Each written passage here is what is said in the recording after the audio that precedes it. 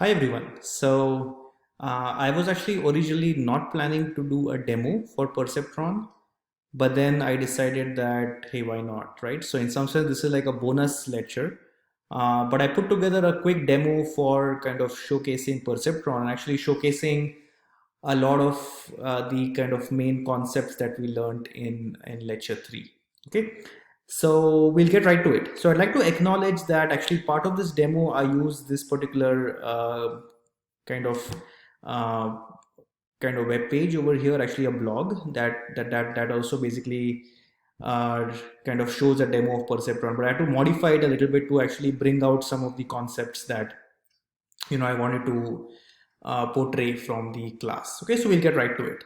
So the first part over here is just loading the data set, right? So what I do is that I load the data set called Iris, which is actually a very simple data set. There are just 4 features. But it turns out that Iris actually is a 3-class classification problem. So what I did is that I made this into a 2-class classification problem, right? So now basically this is class -1, right, which is a negative class. You can think of it as negative, and class +1 as the positive class, right? So these are two kinds of basically classes over here, Setosa and versicolor, right? But I think the names are not important, right? You can clearly see that this data set is actually linearly separable. So I think basically recall that this is a 4-feature problem, right? So there are 4 dimensions of features. What I did is that I took the 0th and the 2nd dimension, right, just to kind of showcase actually linearly separable in most features. What you can also do is you can take even say 0 and 1, for example, right? And with 0 and 1 you will see this comes like this. This is also linearly separable, right? You can actually kind of put together a hyperplane over here, but for simplicity let's just stick with 0 comma 2. Okay, so this 0 comma 2, this is kind of clearly linearly separable. Okay, then what I've done is that this is again just a very simple perceptron algorithm implemented from scratch. Okay, and I kind of use the same kind of structure as what was used in the blog, right? So the idea is very simple. I am actually setting here the weights as -20. Okay, I mean you can set this as anything. You can set it as even 1. I think I mean I'll just remove the -20 and I'll just set it as np.1s. Okay, so it's a vector of 1s. One thing that I've done is that I've added one more dimensionality to the feature vector. So this is the bias term, right? So if you remember, the perceptron is W transpose X plus B, right? So the B is this bias term. So what I'm doing is I'm adding one more dimensionality to my weight vector. So it's now a n plus 1 dimensional weight vector. Here in this case n is 4, so it's a 5-dimensional weight vector. Okay, these are the features, these are the labels taken from the data set. Okay, so now this is the main perceptron algorithm. Okay, so the perceptron algorithm basically, if you recall, perceptron algorithm is nothing but stochastic gradient descent, right? So stochastic gradient descent, I have multiple epochs of the stochastic gradient descent, and then I actually loop through the entire data set, right? So I loop through the entire data set. Typically SGD is implemented in a batch manner, right? But the way the standard perceptron algorithm is actually a complete stochastic algorithm, right? So it's one example at a time. So I have the first loop that goes over the epochs. I have the second loop that kind of loops through the data set. Ideally, typically in Python, you avoid using for loop. So if you can vectorize this, that would be ideal, right? But for now, I've just used a simple for loop. The data set is not that large, right?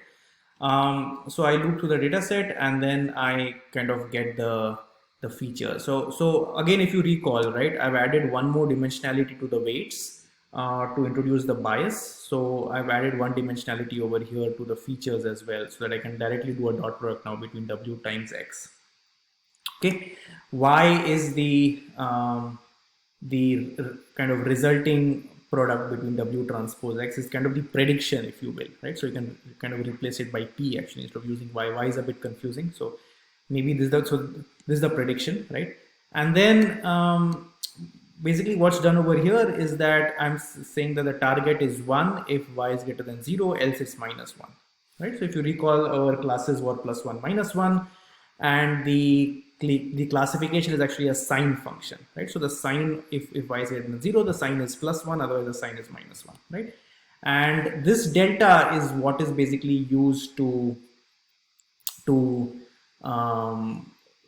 kind of push the perceptron. So if you recall, right, this is exactly the gradient that will be added, right? It's in fact the negative of the gradient, and here typically the learning root, the learning rate is just 1, right? And this, in the perceptron algorithm, most implementations don't have a learning rate, so I've just kind of stuck to the version without a learning rate, or basically having a learning rate 1. You could have a learning rate over here as well.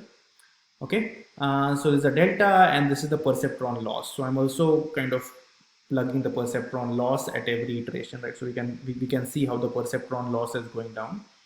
And the next thing is that I'm also counting the number of misclassifications, right? So the misclassifications is basically the true error that I care about, right? The perceptron loss is an approximation of the misclassification.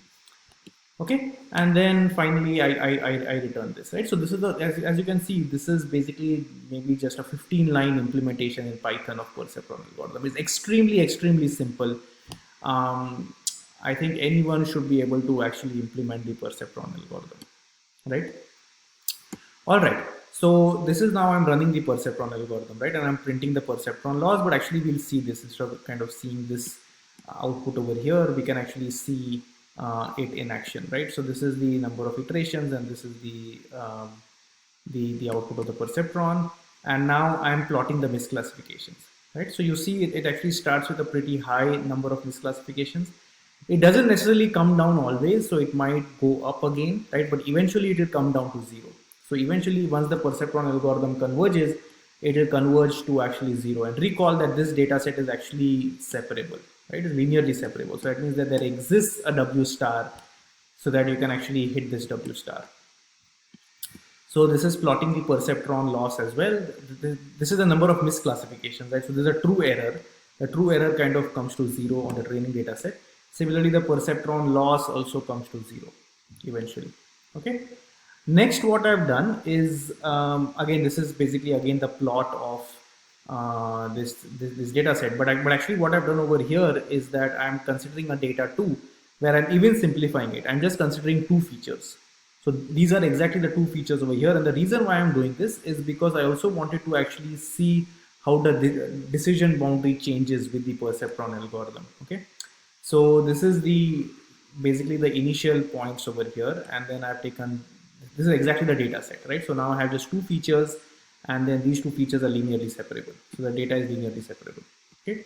So now this is the perceptron, and what I've added additionally is basically a bunch of code over here to actually plot some things out. So what am I plotting, right? So first of all, I'm scatter plotting the data set. So this is data 2. I'm scatter plotting the entire data set. And then what I'm additionally doing is I'm additionally also plotting the x1 and the x2, right? So I'm trying to plot the straight line, basically the kind of decision surface, right, or the separating hyperplane. So I'm plotting the separating hyperplane between these two axes, right? I mean, between these 2 classes, right? And essentially the separating data set, the separating hyperplane, I'd like to see how this progresses. So what I've done is I'm plotting the separating hyperplane at the very beginning, and then I'm plotting the separating hyperplane at the very end. Okay. So this is a separating hyperplane at the very beginning, right? It's way off. It's completely off. But as the algorithm progresses, we see that this is the final separating hyperplane. So it kind of falls right in basically between the 2 classes. Now I'd like to highlight one more point about generalization that I'd mentioned, that with the perceptron we can't really control where the global the separating hyperplane at convergence will lie, right? So for example, as you can see, this separating hyperplane actually lies fairly close to this orange class, right? And it's kind of a little bit far away. Whereas ideally, we kind of spoke about this as well, that we really want actually a margin to basically try to maximize and basically have the separating hyperplane right in the middle of the 2 classes, where you have an equal margin on the 2 classes. Okay. The reason why you want to have an equal margin is it might be possible that your training data set does not have the complete picture, right? There might be actually very rare data points that might come in your test data set, right? that actually, for example, lie somewhere over here. So if we are overconfident and kind of pushing it towards one class, right, that means that we are essentially overfitting on the training data set. So there might be very low probability test data points that might lie in this region over here, and those would be misclassified, even though the training error is 100%. So that's the reason actually, and this is kind of a perfect segue with this demo to look at support vector machines. And in support vector machines, as we shall see, we will actually try to optimize the margin between the two classes, right? And because we are trying to optimize the margin between the two classes, we are trying to aim for generalization. Okay. So again, this is the same. This is just with the with the two features. This is the plot of the misclassifications. The training misclassifications finally come to 0. Similarly, the perceptron loss comes to 0. Right. All right. So that's it. I think this is a very simple demo. Like the last demo in the case of linear regression, I will actually point a link to the GitHub page of my class where this Jupyter notebook will be available. So you can download the Jupyter notebook and you can try this out for yourself. Okay, so hope you enjoyed this demo. This kind of a bonus lecture just to kind of highlight again some of the points that I was mentioning with a more hands-on aspect. Okay, thank you.